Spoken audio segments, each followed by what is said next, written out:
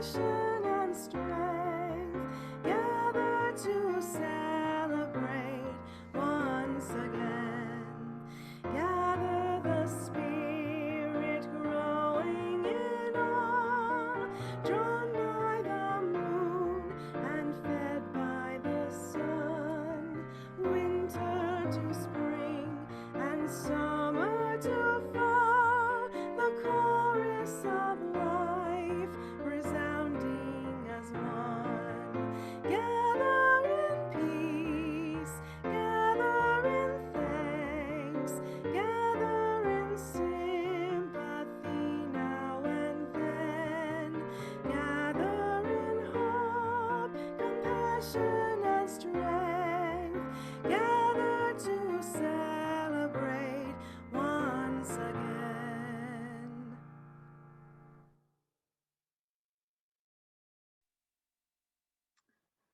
Good morning. I'm Tim Bardick. I'm here as a member of the Sunday Services Committee of People's Church, and I'd like to welcome all of you to People's Church. A special welcome if you happen to be visiting this Zoom service, and if so, we hope that this service helps support you in living a life open to new and better forms of community. People's Church is a member congregation of the Unitarian Universalist Association. We're part of a long tradition of liberal religion.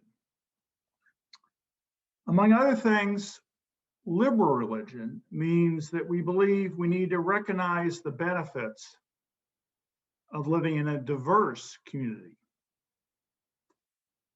Part of respecting the worth and the dignity of each and every person is being willing to live in community with others whose ideas, whose ways of being may differ from our own. This not only helps achieve justice for all, but also helps us live better, more truthful, and more responsible lives. We're all in this together. Now I'd like to introduce our speaker this morning, the Reverend Alex Jensen. Alex is the ministerial intern at First Parish in Wayland, Massachusetts, and he's finishing his Master's of Divinity this semester at Harvard Divinity School. Originally from the San Francisco Bay Area, Alex is a Unitarian Universalist minister in preliminary fellowship. I'll turn it over to Alex in a minute and we'll welcome him. But to open the service, I have some meditative words that come from the Black abolitionist, philosopher, and writer Frederick Douglass. In these words, Douglass, as a humanist, describes what he sees as glimpses of God in how we take care of and love one another. In an 1870 speech at a celebration following the passage of the 15th Amendment, Frederick Douglass remarked, quote, "I have no sort of sympathy with that kind of religion that expresses its devotion to God by neglect of their fellows. I want to express my love to God and my gratitude to God by thanking those faithful people who have devoted the great energies of their souls to the welfare of humanity.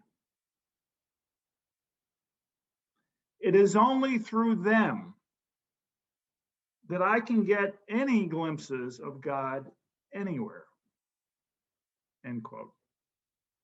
So now we'll go to Alex, who will offer us some opening words for the service. Thank you so much for that introduction, Tim, and for reading those opening meditative words. And it's so absolutely good to be with all of you. I think one of the neat things about this pandemic is getting to lead worship from so far away, from my bedroom here in Cambridge, Massachusetts. So it's just really neat to be with you. And our opening words this morning are from the Reverend Richard Gilbert, titled, "We Bid You Welcome." We bid you welcome who come with weary spirit seeking rest, who come with troubles that are too much with you, who come hurt and afraid. We bid you welcome who come with hope in your heart, who come with anticipation in your step, who come proud and joyous. We bid you welcome who are seeker of a new faith, who come to explore, who come to learn. We bid you welcome who enter this time as homecoming, who have found here room for your spirit. Whoever you are, whatever you are, and wherever you are on your journey, we bid you welcome.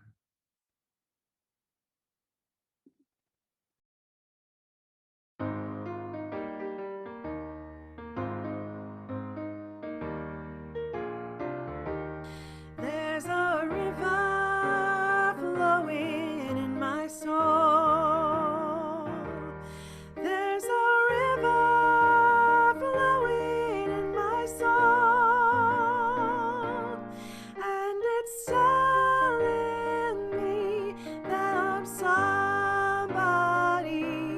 There's a river flowing in my soul.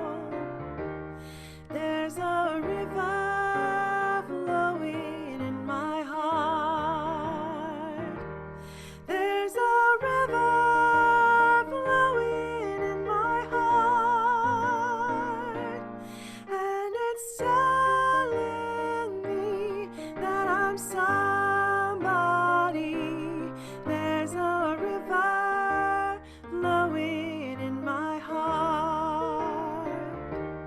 There's a river flowing in my mind. There's a river flowing in my mind, and it's telling me that I'm somebody.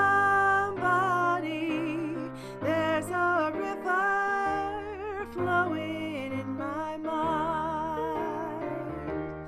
There's a river flowing. There's a river flowing. There's a river flowing in my soul.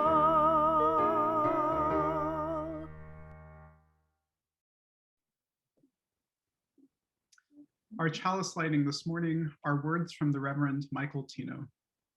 The flaming chalice was first used by the Unitarian Service Committee as a symbol of life-saving refuge for people fleeing persecution in Europe.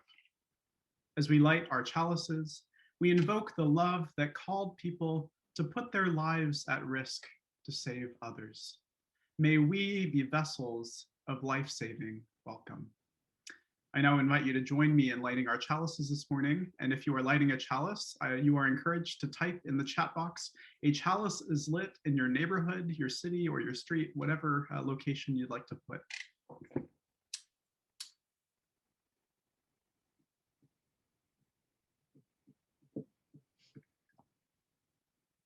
And we'll now go to Alan Hunt for a word on the Stewardship Campaign. Good morning. I'm bringing you the first week's update on our Stewardship Campaign. I'm pleased to say that we have received so far 45 pledges for $88,000, which gives us a great start on the way to our ultimate goal. My thought this morning is to relate us to public TV and radio stations. This is their season of fundraising as well, and they frequently ask, what does this station, what do these broadcasts mean to you? I'm not going to put it quite so bluntly, but I am going to ask, what can you afford? And given that, what does it mean to you? Our needs will be greater next year for the following reasons. First, we don't know when we're going to be open, which was the same as this year. We don't know if we're going to have enough time to organize fundraisers and restore our place in the market of building rentals. Those things tend to have a life of their own. Second, because of the unusual circumstances, the way we adopted our budget last year was just a continuation of the previous year. So we didn't entertain any changes. We've got to keep our staff even with the cost of living. So we have built in, or will build in, a 3% increase next year to keep them whole. Hopefully we could do more, but at least 3%. Third, we have the upcoming threat of staffing changes. Some among us, including yours truly, are looking to retire from the jobs they've been doing for many years.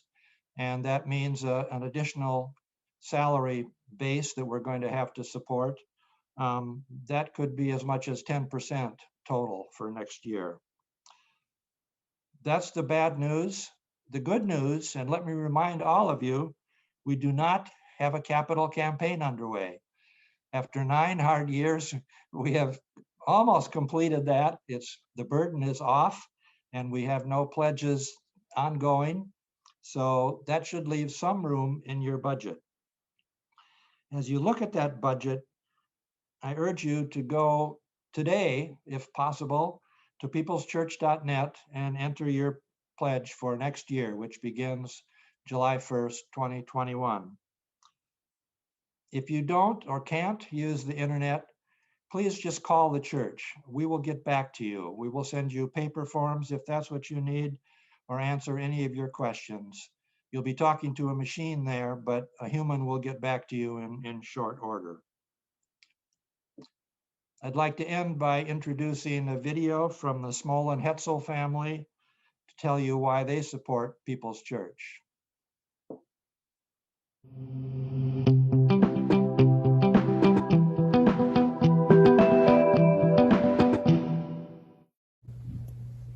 Hi, my name is Conan.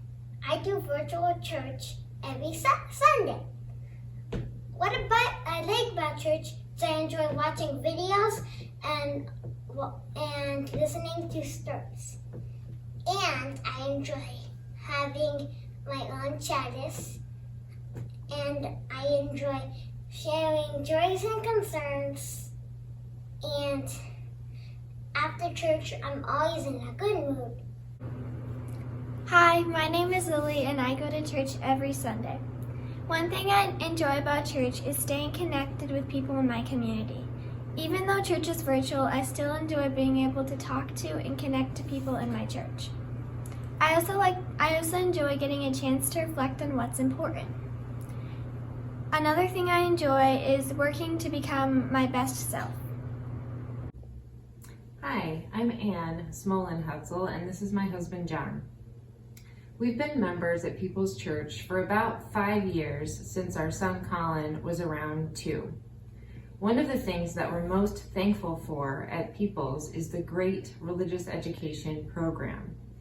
Especially during this pandemic, it's been a really cool thing to hear our kids in class together. Lily is a 6th grader right now and Colin a 1st grader, and so they wouldn't normally be in class together. It's neat to hear them work together and talk about the different things that come up in class. Even before the pandemic, though, I really enjoyed being part of the religious education class. I volunteered in my son's kindergarten class, and one of my best memories was just listening to the kids say the funniest things every day, and I will always remember that. I also will look forward over the years to getting to know them as they all become young adults in the church. So Ann and I are really proud to be part of People's Church. We are glad to be giving of our time and our money, and we would both like to ask all of you to give generously to the church as well. Thanks for watching. Thank you.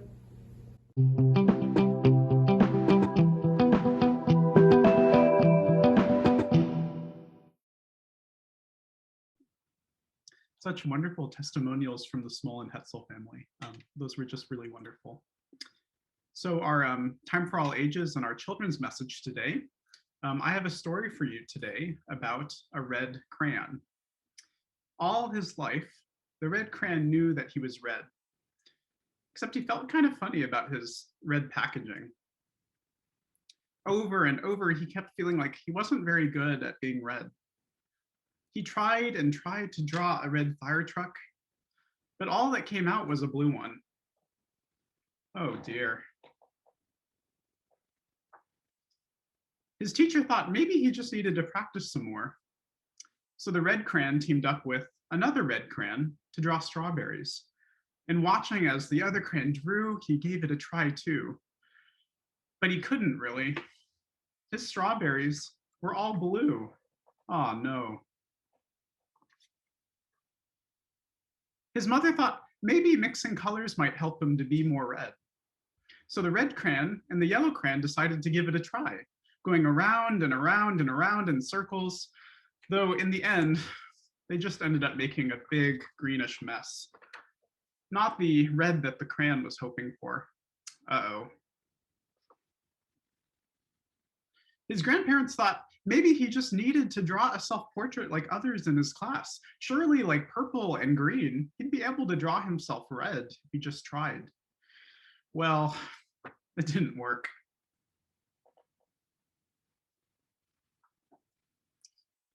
Everyone seemed to have something to say about the red crayon. One would say, sometimes I wonder if he's even really red after all. Another said, well, frankly, I don't think he's very bright. His teacher just kept saying, he really just needs to apply himself. Well, the crayon felt pretty sad and alone. But one day, the crayon made a new friend. Purple came up to him and asked him if he might help to draw. Will you make a blue ocean for my boat? Purple said. Oh, I don't know if I can do it. I'm red.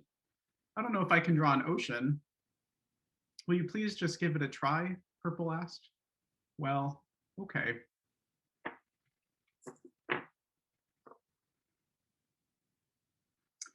And then he didn't stop there either. Once he realized ultimately that he could draw the ocean, he decided to draw blue jeans, blueberries, and even a whole big blue whale. He was blue and was so happy to finally know who he was. And everyone else was talking about it. His mom said, oh, my son is brilliant. Some of his classmates even said, his blue strawberries are my favorite. And others in his class said, his blue ocean and whale really lifted me up. And there he was, not a red crayon after all, but a blue one. Now, this is one of my personal favorite stories, just because it shows how special the blue crayon really was after everything. When he was finally welcomed to be his bluest self, he felt really happy and included. So in our service today, we're talking about what it means to live in beloved community and what it means when we all feel loved and included as we are. So when you think about a part of yourself that's different or that you're feeling a little bit afraid to share, I want you to remember the blue crayon. When he was finally able to be himself, he had something really special to share with the world and his friends. So that's the story that I have for you this morning of the red crayon, and we'll now go to Tim Bartik for this morning's offering.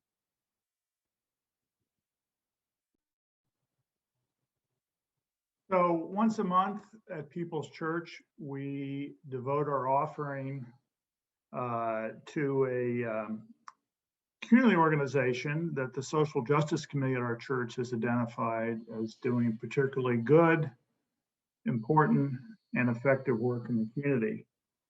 So this week, the offering will be for Community Homeworks, which is, and you'll hear a video in a minute or two about that from Chris Pradell. But before that, let me just mention Community Homeworks is a group that works with low-income homeowners to help them with repairs and other things to sustain home ownership.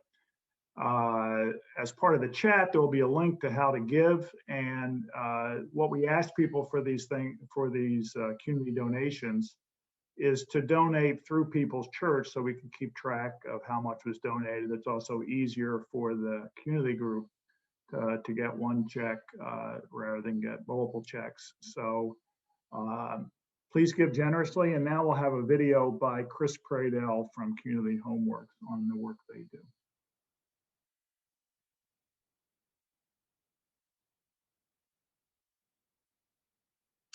Hello, People's Church of Kalamazoo.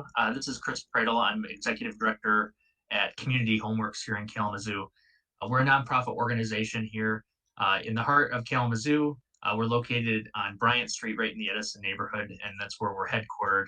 And it is such a joy and a pleasure to join you here today for your service. And we are so grateful to be featured as one of the featured missions for this Sunday. I wanted to take a few minutes and share who we are and what we're doing and what we're seeing here during the pandemic. And I know we have a couple minutes to update you on that. So the pandemic has certainly presented challenges to a number of nonprofits, but it's really impacting the people we serve. And so we see how impacts of the pandemic are really causing barriers and barriers that weren't there before. And we provide three primary services as an organization. We have kind of a three-pronged stool that we offer. One is critical home repairs. And critical home repairs, a good way to think about it is an emergency repair in that home. Taking swift action to try to prevent that individual from effectively becoming displaced, either because of the home being condemned or becoming unsafe or unlivable. And it's actually a tool to prevent homelessness in our community, because there are a number of homeowners in our community who find themselves in a position where they can no longer reside in their the home that they actually own. The second is we provide empowering education.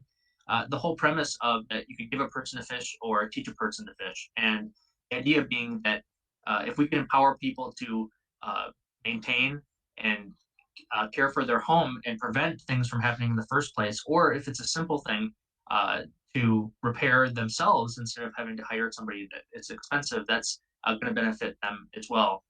Not to mention, it gives people the ability to feel empowered that when they do have somebody there to repair their home or upkeep their home, that they know that it's being done correctly.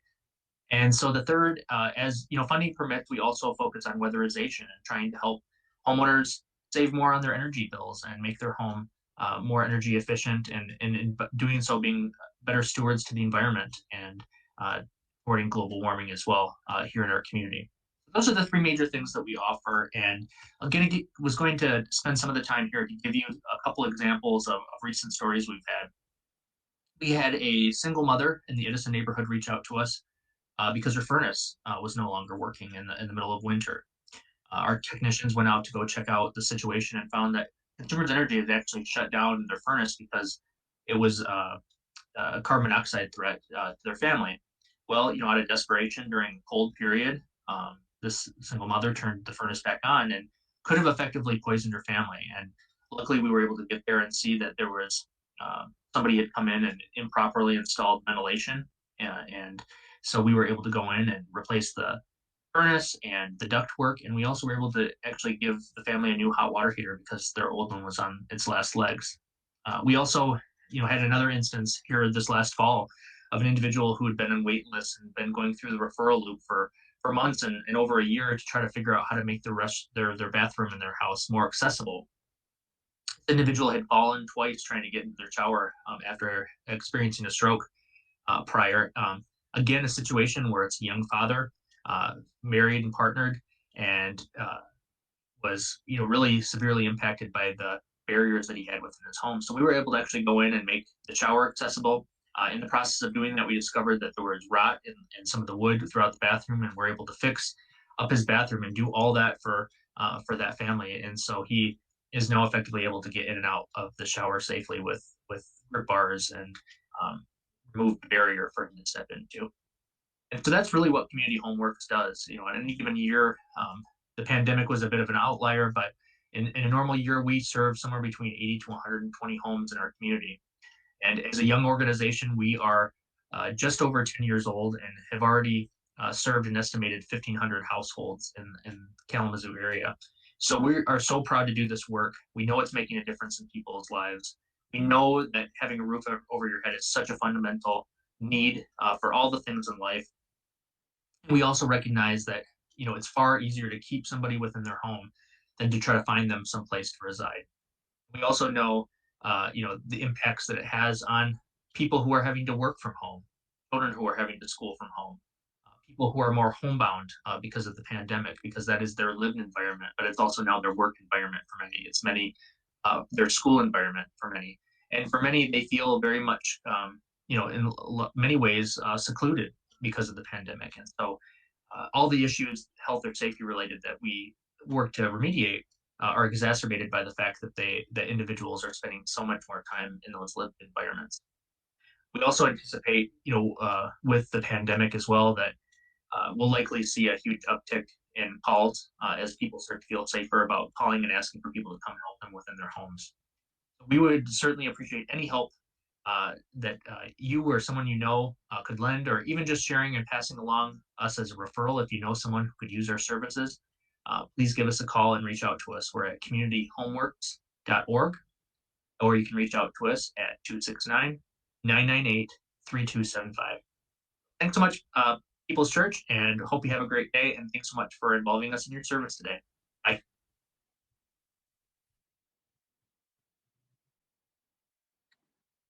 So I'd like to invite you to give generously to help Community Homeworks. Go through the People's Church portal to do so, and we'll make sure they get all the funds. And Savannah will do an offertory now while we work on that and take care of that.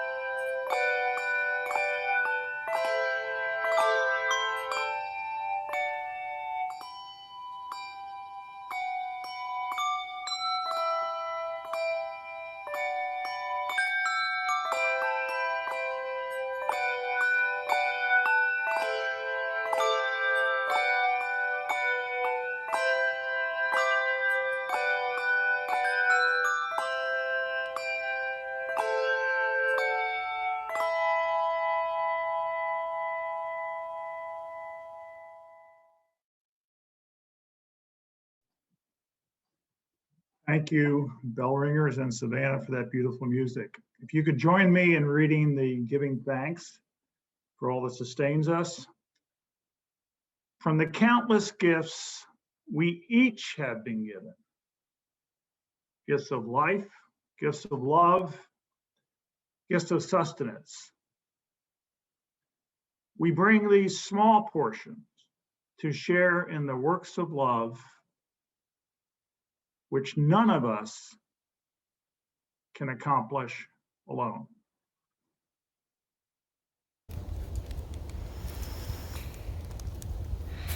For today's meditation, I'd like to invite you to find a comfortable position for a guided meditation. And as I invite you to take a deep breath, I'd like you to begin by recalling a time when you felt truly welcome. Welcome and welcomed.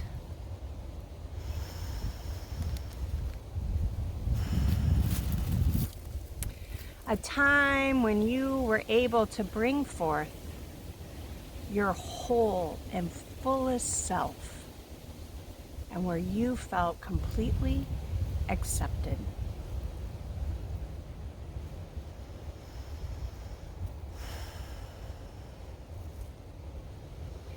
As you remember this time and the feelings that evoked, just notice the warmth in your heart. Perhaps remembering welcoming smiles or open arms. Recall the blessing of feeling completely accepted and valued and respected exactly as you are.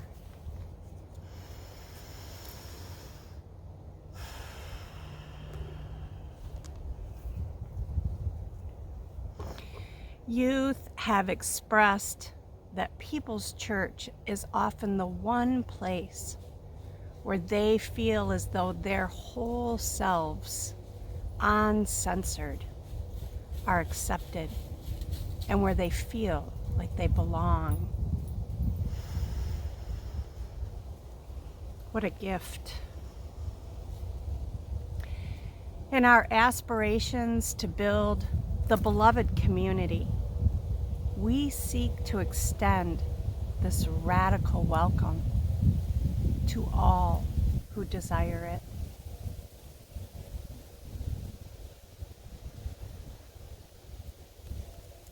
We strive to welcome all into the fold, including those who are very much like us, as well as those who are different than us. And especially those who may make us feel a little bit uncomfortable.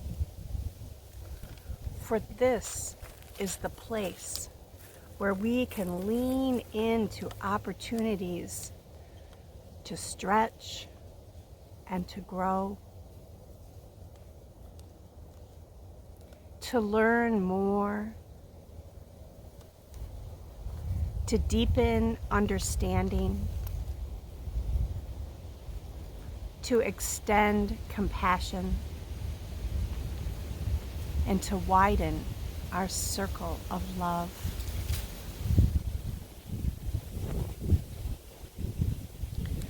Radical welcome is love in action. Right now, I invite you to take 3 deep, slow, belly-filling breaths and ponder that statement. Radical welcome is love in action.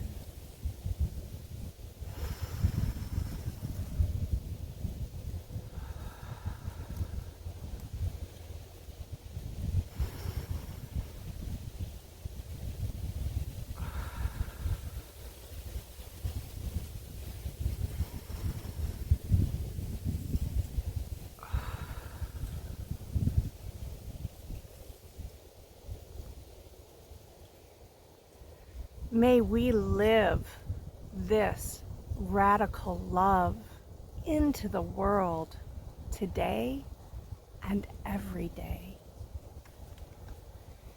May we remember and cherish the feeling of experiencing radical welcome and true acceptance.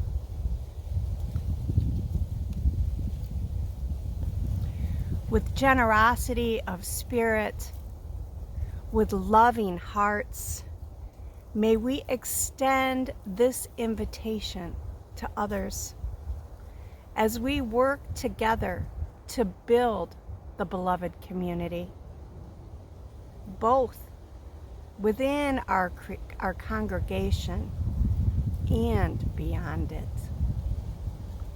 May it be so, and blessed be.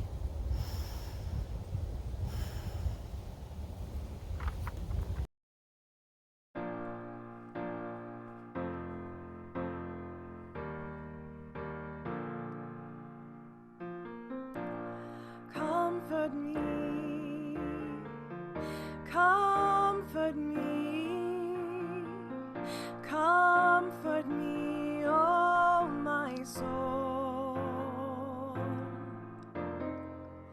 Comfort me, comfort me, comfort me, oh my soul. Sing with me, sing with me, sing with me, oh my soul. Sing with me, sing with me, sing with me, oh my soul. Speak for me, speak for me, speak for me, oh my soul. Speak for me, speak for me, speak for me, oh my soul. Dance with me, dance with me, dance with me, oh my soul. Dance with me, dance with me, dance with me, oh my soul. Comfort me, comfort me, comfort me, oh my soul. Comfort me, comfort me, comfort me, oh my soul.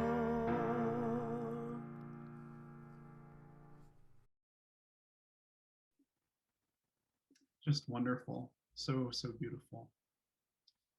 Our reading this morning is a passage from the Reverend Jennifer Nordstrom in the book Justice on Earth, People of Faith Working at the Intersections of Race, Class, and the Environment. This concept of the beloved community explained here gives us a vivid glimpse at what this really means. I hold a vision of beloved community beyond the horizon of my own knowing. In this community of human and non-human beings, we live in integrity with each other and the earth. We work together to nourish and sustain life. We eat well, but do not take more than we need from each other or the earth. We have diverse, flourishing cultures that cooperate with, respect, and learn from one another without prejudice or hierarchy. We live free from violence or coercion. We celebrate every day and appreciate the joys of living. We dance and sing, we laugh. We use our minds to the benefit of life, not death. We create art and music, we tell stories, we live in tune with the rhythms of the earth, the seasons, day and night. We live in tune with each other. We live in tune with the rhythms of our own hearts. So expanding on this image of living in tune with the rhythms of the earth and with one another, we'll listen to a song that's very dear to me about radical welcome and inclusion called Draw the Circle Wide. So I invite you to center yourself and to listen to these beautiful words. Circle, draw the circle wide. Draw the circle, draw the circle wide. No one stands alone, we'll stand side by side. Draw the circle, draw the circle wide. Draw the circle, draw the circle wide. Draw the circle, draw the circle wide. No one stands alone, we'll stand side by side. Draw the circle wide. Draw the circle wide, draw it wider still. Let this be our song. No one stands alone, standing side by side. Draw the circle wide. Draw the circle wide, draw it wider still. Let this be our song. No one stands alone, standing side by side. Draw the circle wide. In your sadness and in your grief, from all the pain, it seems there's no relief. We will hold you until the storm subsides, and draw the circle wide. Draw the circle wide,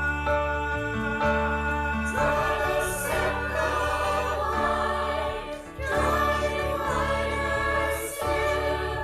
Let this be our song.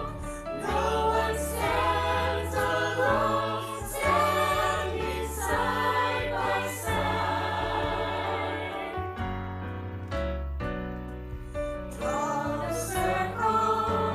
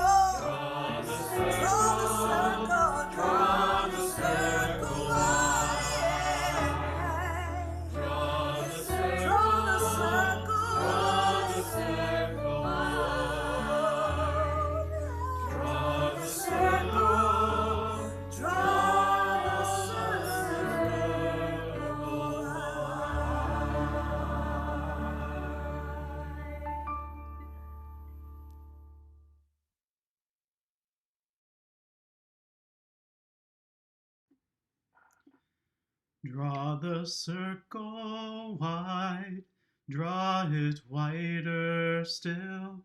Let this be our song.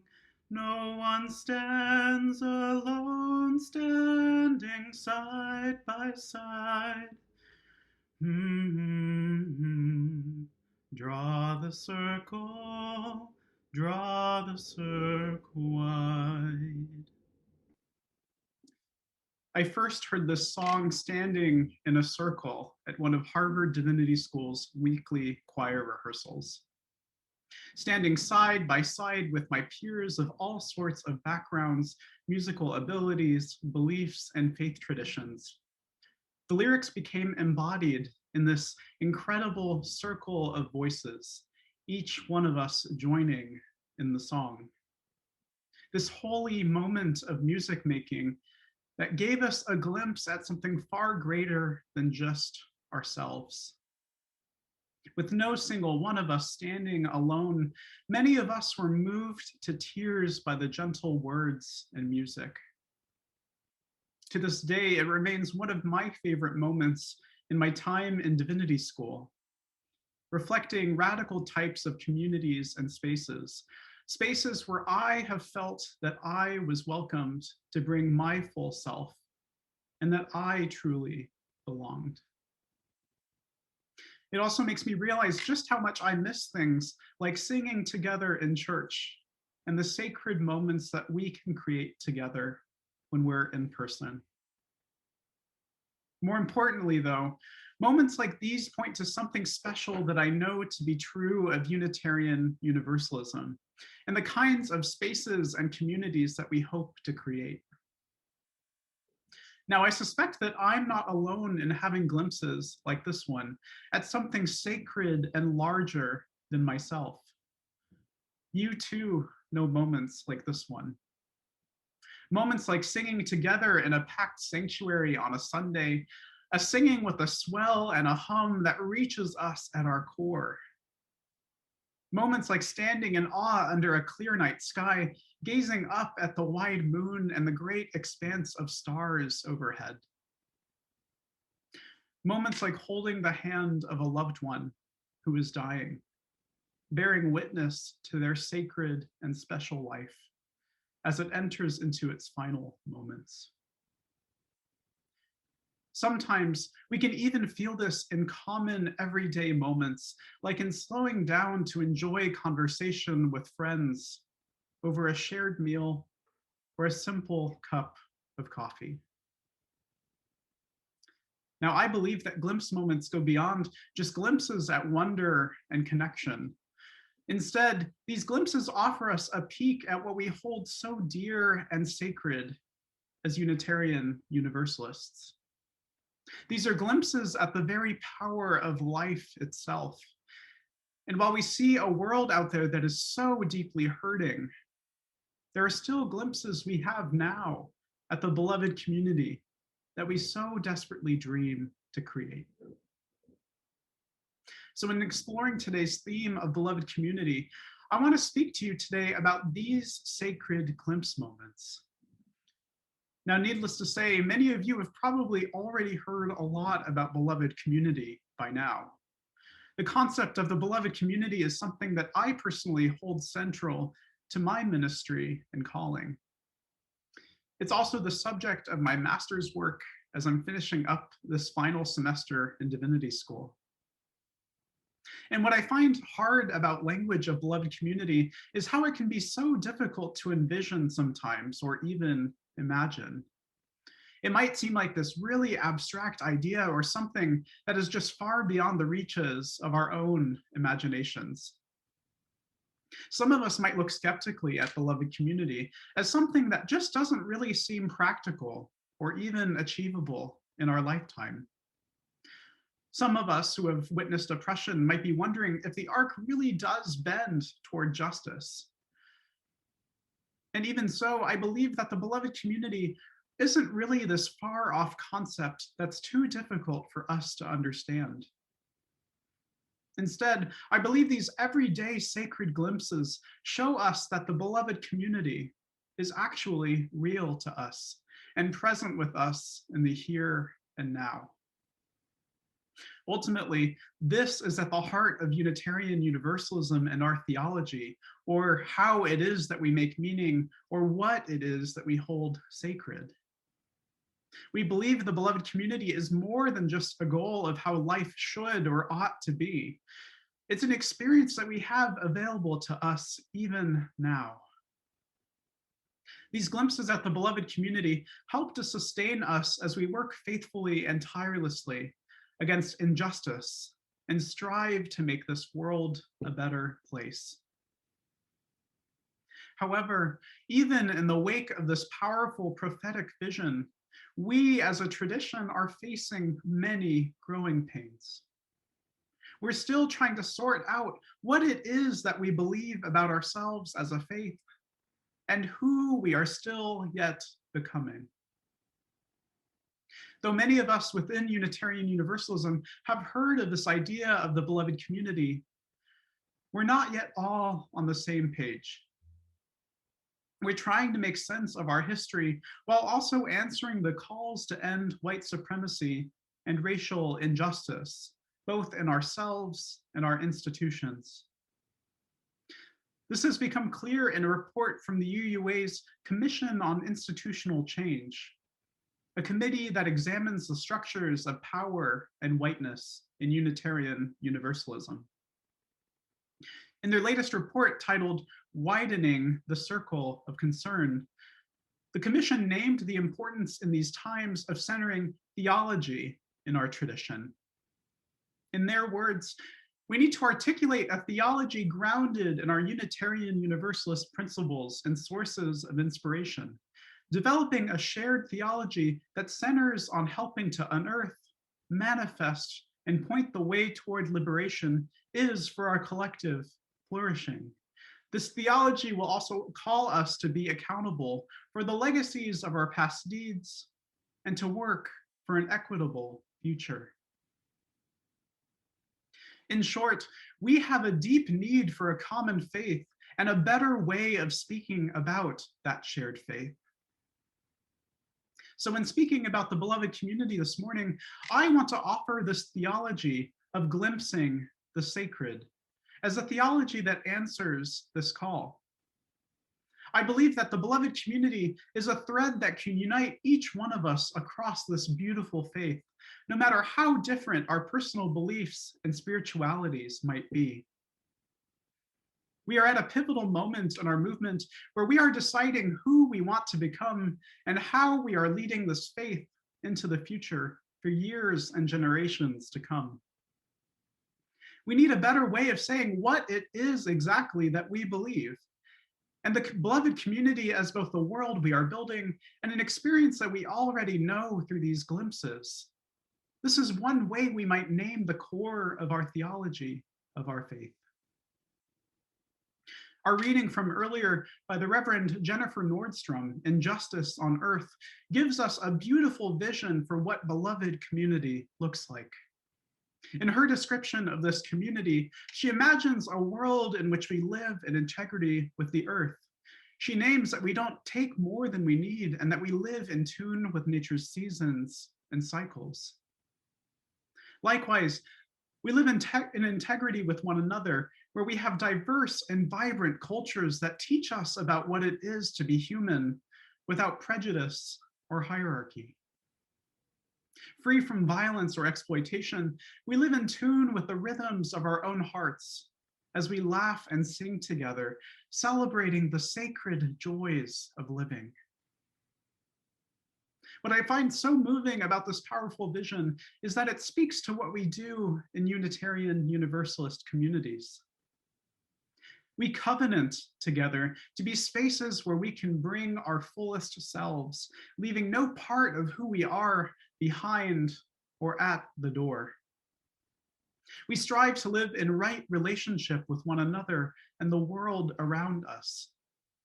We join our hearts together on life's journey to celebrate life in all of its trials and tribulations, as well as its joys and sorrows. We know what the beloved community is because we first experienced what it means to belong This is what is so special about belonging to a Unitarian Universalist community. However, we also know that our communities aren't perfect. In contrast to this greater vision, we see just how far we have yet to go in order to get there. We recognize the many ways that white supremacy continues to pervade our communities and groups. We long for multicultural communities that reflect the shared theology that we hold so dear, communities that are welcoming to Black, Indigenous people, and people of color. We hope for a greater acceptance and embrace of queer and trans people in our congregations as we ensure that no single person feels alone or left out. We are growing to be better, and our faith teaches us that such vibrant, dynamic communities are possible.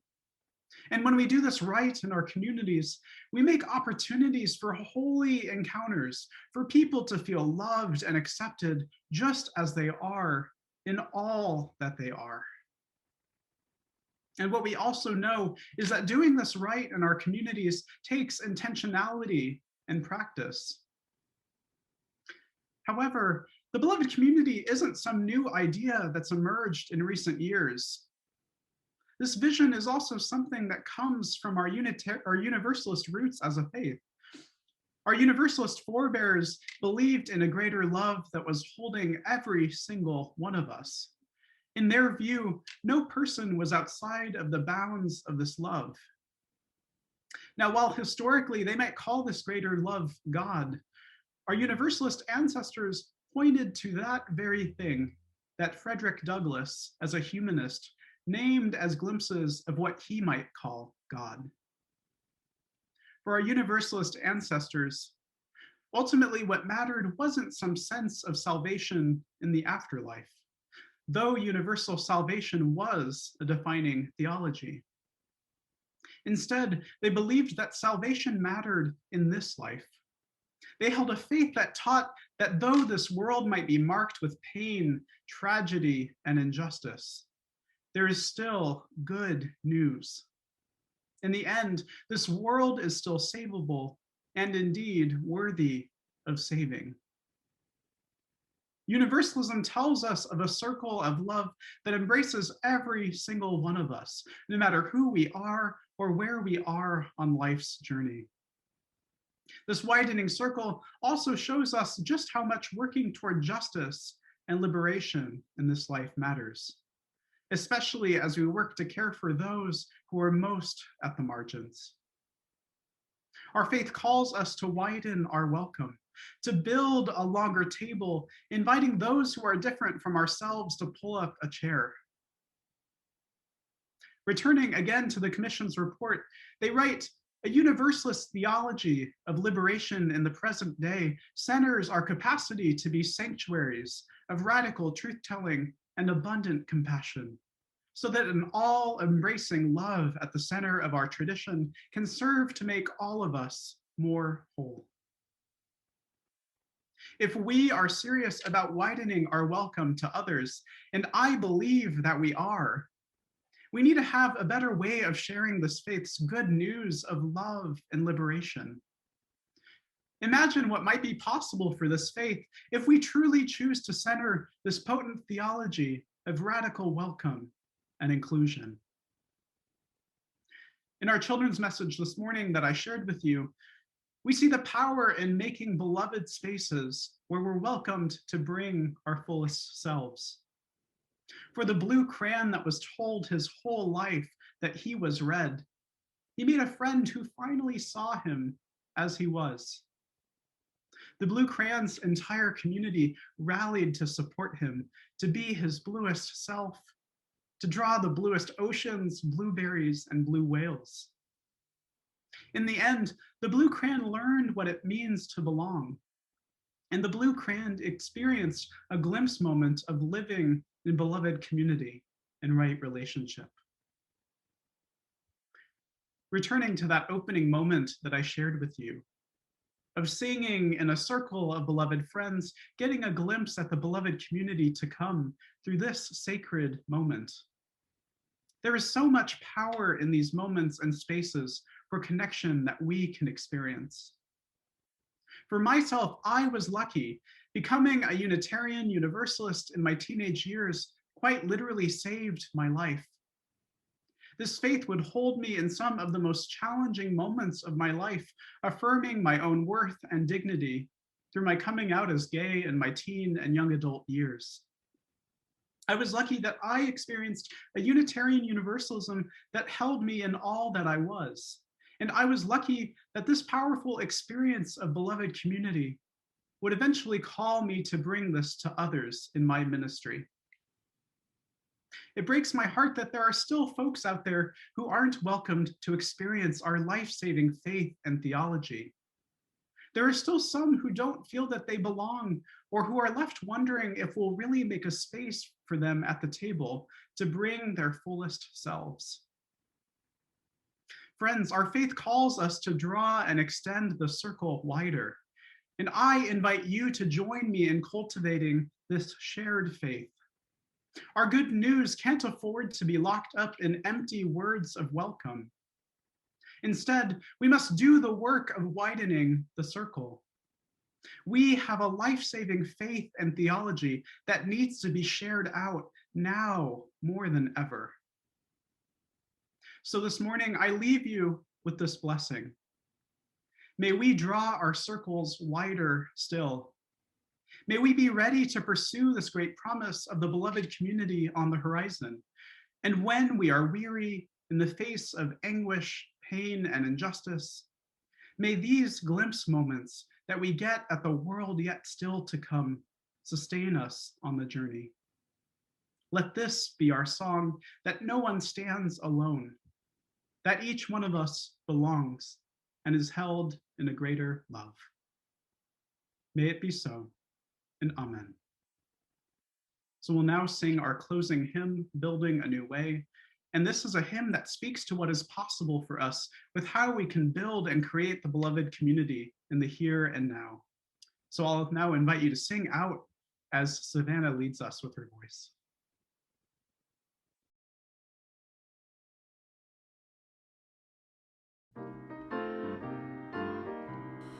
We are building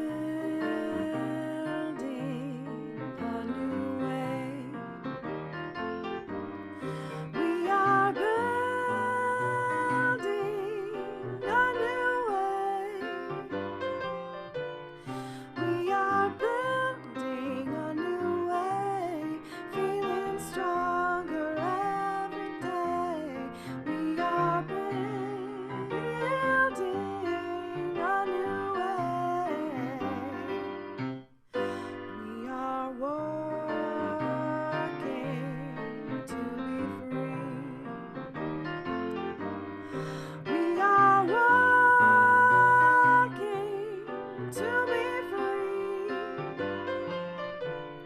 We are working to be free. Hate and greed and jealousy. We are working to be free. We can feed our every need. We can feed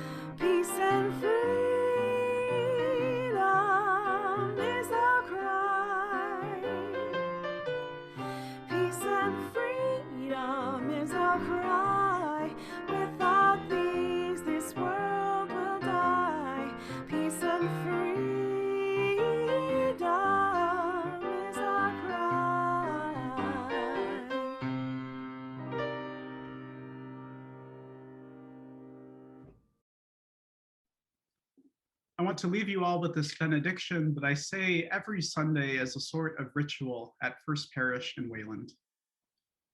In the spirit of covenant, community, and commitment, in the spirit of beloved community and drawing our circles wider still, may we be made ready to serve one another and to build the world that we dream of. Go in peace. May it be so. Happy Sunday, and amen.